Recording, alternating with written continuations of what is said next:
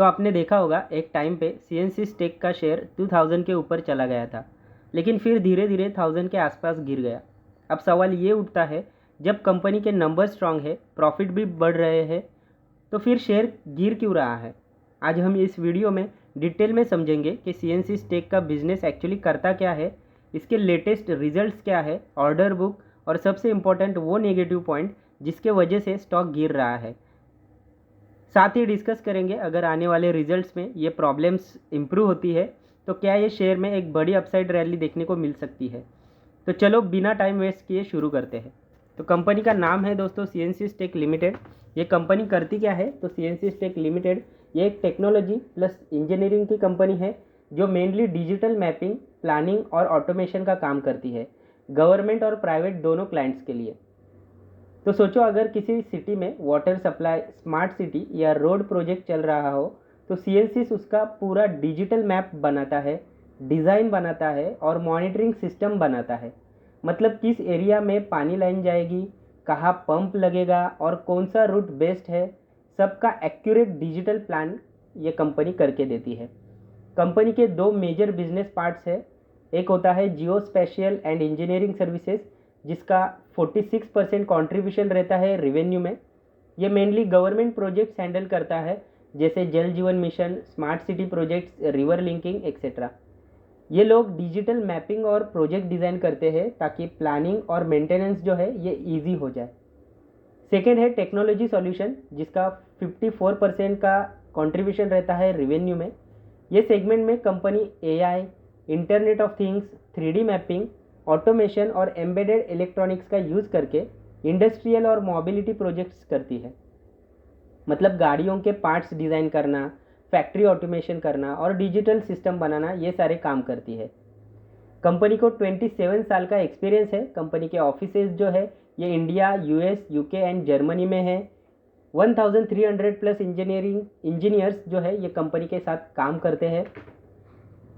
Growth की बात कर लेते हैं तो लास्ट ईयर का जो फाइनेंशियल 25 रहा है, तो इसमें रेवेन्यू जो है ये 418 करोड़ का रहा था, जिसमें 65% का ईयर ऑन ईयर ग्रोथ देखने को मिला था। जबकि लास्ट ईयर का रेवेन्यू जो था 253 करोड़ का रहा था। इबिटा मार्जिन 18.66% का रहा था। Profit after tax margin 15.13%। Order book जो है ये 1255 करोड़ का रहा है, जो 3 टाइम्स है फाइनेंशियल ईयर 25 के रेवेन्यू के। तो टेक्नोलॉजी सॉल्यूशन सेगमेंट का रेवेन्यू जो है ये 3 टाइम्स हुआ है इन फाइनेंशियल ईयर 25। क्वार्टरली की अगर बात करें तो Q1 ऑफ फाइनेंशियल ईयर 26 में कंपनी का रेवेन्यू कंसोलिडेटेड 156.6 करोड़ का रहा था, जो लास्ट ईयर के Q1 में 104 करोड़ का रहा था, जिसमें 51% का ईयर ऑन ईयर ग्रोथ दिखाई दी थी। इबिटा मार्जिन 19.35% का रहा है, जो लास्ट ईयर के Q1 में 18.7% का था। तो यहाँ पे भी स्लाइट इम्प्रूवमेंट हमें देखने को मिलती है। अगेन प्रॉफिट आफ्टर टैक्स ये साल Q1 में 22 करोड़ का रहा है, लास्ट ईयर 14 करोड़ का रहा था, जिसमें 57% का ईयर ऑन ईयर ग्रोथ दिखाई देता है। तो क्वार्टरली रिजल्ट्स जो अगर अपन देखते हैं तो ये काफ़ी स्ट्रांग आते हैं। रिवेन्यू और प्रॉफिट दोनों में 50% से भी ज़्यादा का ग्रोथ दिखाई देता है। मतलब मार्जिन्स जो है ये स्टेबल है, ऑपरेशनल एफिशिएंसी मेंटेन कंपनी कर रही है, लेकिन कैश फ्लो प्रेशर में दिख रहा है। इसका रीज़न है रिसीवेबल्स, एंड यही सबसे बड़ा रीज़न रहा है दोस्तों कंपनी के शेयर प्राइस के पीछे। जो शेयर प्राइस रिसेंटली कंपनी का गिरा है, तो इसके पीछे सबसे बड़ा जो रीज़न है वो यही रहा है कि कैश फ्लो कंपनी का काफ़ी ख़राब आया है, एंड जिसका रीज़न मेन रहा है रिसीवेबल्स का बढ़ना।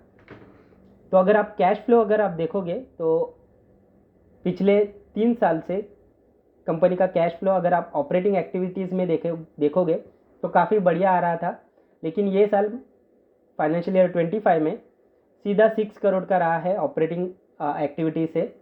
देन इन्वेस्टिंग में 53 करोड़ का गया है, फाइनेंसिंग में 49 का कंपनी ने लोन लिया है। तो इस तरीके से 1 करोड़ का जो है कैश फ्लो रहा है, नेट कैश फ्लो, जो काफ़ी ख़राब यहाँ पे दिखाई देता है।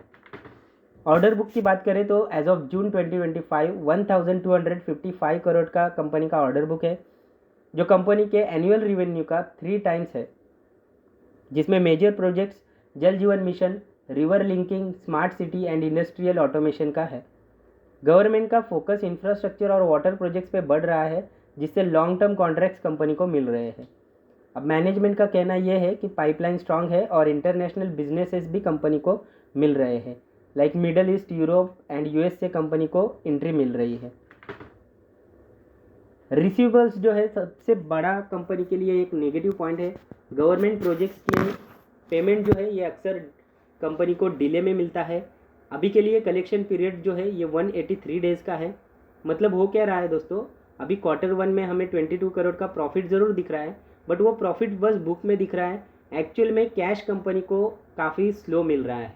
सो इस वजह से रिसेंट क्वार्टर्स में शेयर प्राइस गिर गया है, क्योंकि मार्केट को लगता है कि प्रॉफिट पेपर पे है एंड कैश फ्लो में नहीं है।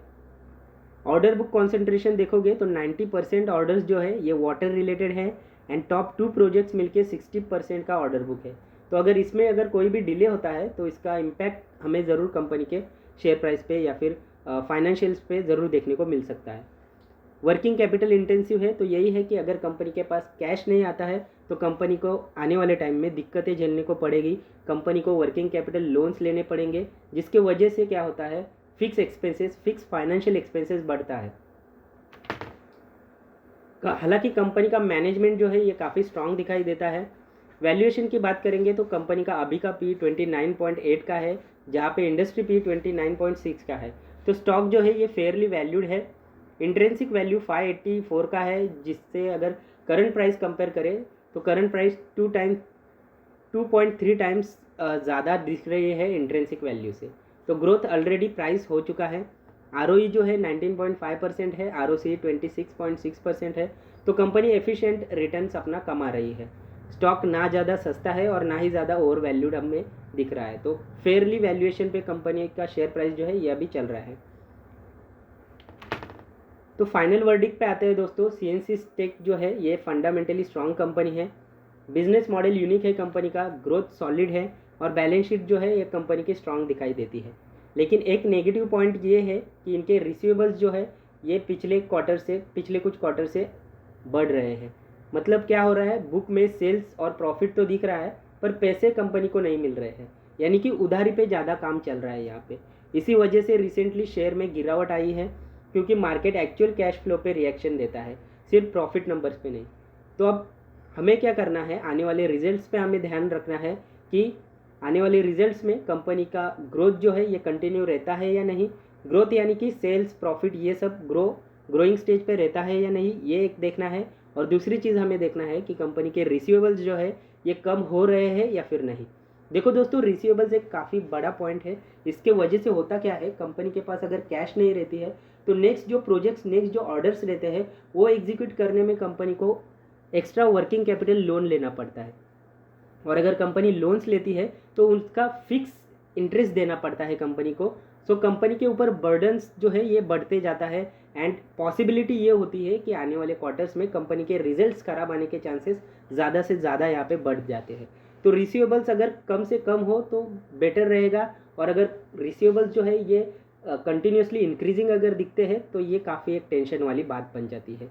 एंड यही रीज़न रहा है दोस्तों CNCs का शेयर फॉल होने के पीछे।